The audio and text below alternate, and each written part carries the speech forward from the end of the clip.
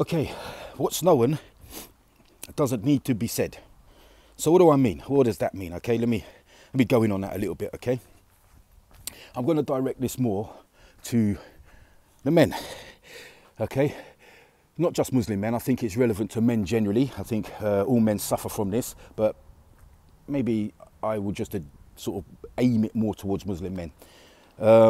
What's known doesn't need to be said. I think the trending term for this is toxic masculinity, okay? How the man is. Some men out there are measuring their manhood, or think it's a measurement of their manhood at least, how rough and how coarse they can talk to their wives, or if they're not Muslim, maybe their girlfriends, how rough they can talk to their wives, and how dominant they can dominate their women, their wives, as a proof of their masculinity and their toughness and their manhood. It's not. It's a proof of your weakness. It's a proof of your insecurity as a man, that you need to reinforce or boost that up by being tough and coarse on the very people that you are supposed to protect and love. Okay? It's not a case of if you can talk to your wife and your wife does this and your wife does that because you're the dictator of the house, you're the leader of the house. Bruv, you're in a marriage. She's not your slave. You're in a relationship. She's not your servant. Okay? There's no written contract, I believe, in any marriage where the woman has to do all of the cooking or all of the cleaning just because you're the man.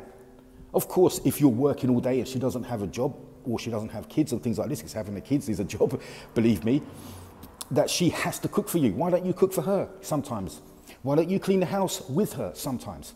It doesn't make you less of a man. It makes you more of a man if you can do these things. If you're a Muslim man, I dare you to come out and say that you are more of a man than the Prophet ﷺ. You're more masculine than him. You're more macho, or more sort of represent masculinity more than our Prophet ﷺ. I dare you to say that if you're Muslim.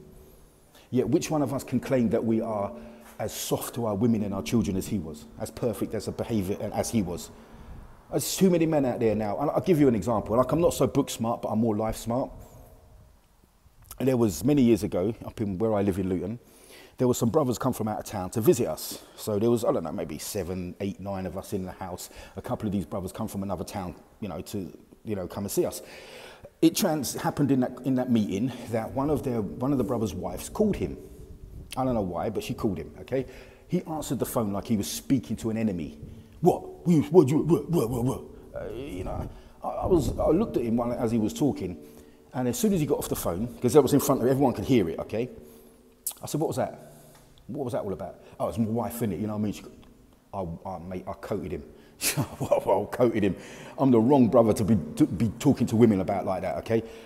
I said, well, you think it makes you tough? Do you think that I'm impressed? Do you think that you're a big man because you can talk like that to your wife? Brother, I made him feel like that because that's how he made his wife feel.